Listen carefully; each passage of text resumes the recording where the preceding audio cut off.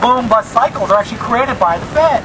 You've got 11.5% and climbing, and the problem is that instead of acknowledging that, look, we screwed up, we created these boom bust cycles, now we got to go through the painful process of readjustment, what are they doing? They're pouring gasoline on a fire.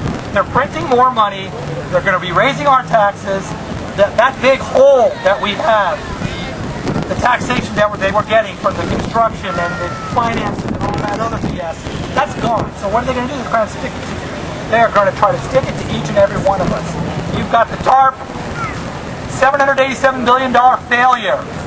What happened? You've got companies like Goldman Sachs being bailed out by you and me.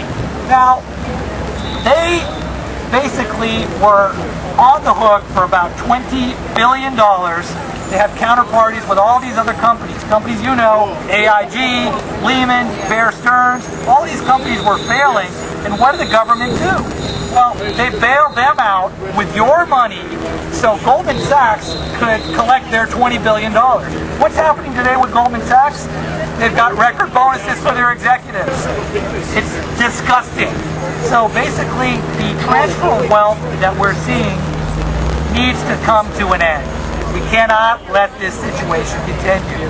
And one of the reasons that we are working very closely with Ron Paul, working very closely trying to get Peter Schiff possibly into the Senate so we can make more of a difference, working closely to support Rand Paul.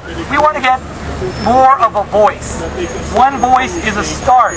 Now, Dr. Paul's been doing this since the 70s. He's been at the forefront of getting the word out. Each and every person here can continue to do the same.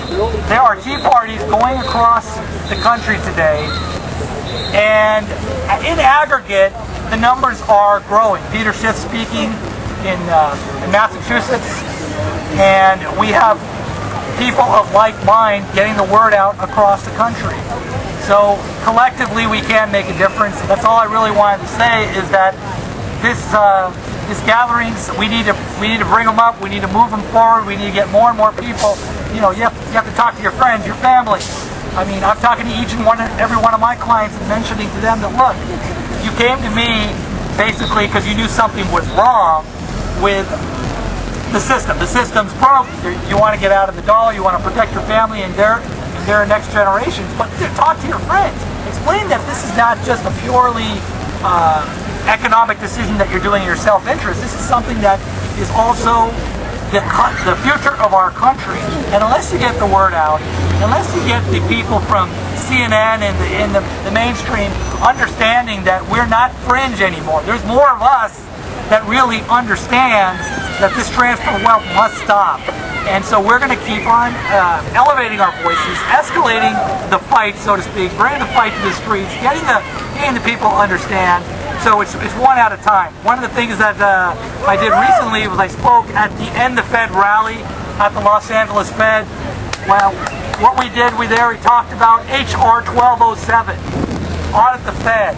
And what does that mean? The Fed's a private corporation controlling the money of citizens of this country.